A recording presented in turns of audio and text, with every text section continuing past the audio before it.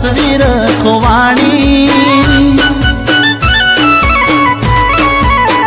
એ મને પોતાનો કે નારી હવે બની છે અજોણી।